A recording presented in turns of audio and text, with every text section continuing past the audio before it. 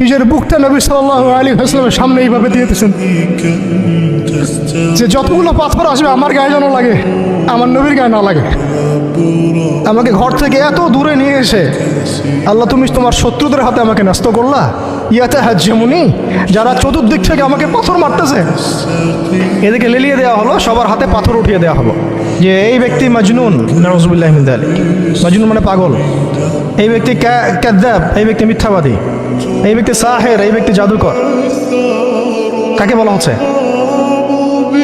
সবাই মিলে পাথর মারো তাকে, নাউযুবিল্লাহি মিন যালিক। সমস্ত ছোকরারা পাথর মারা শুরু করলো। কি পাথর মারার সেই গতি, যেখানে পাথর মারা হয়েছে ওই জায়গা আমরা দেখে আসছি আলহামদুলিল্লাহ।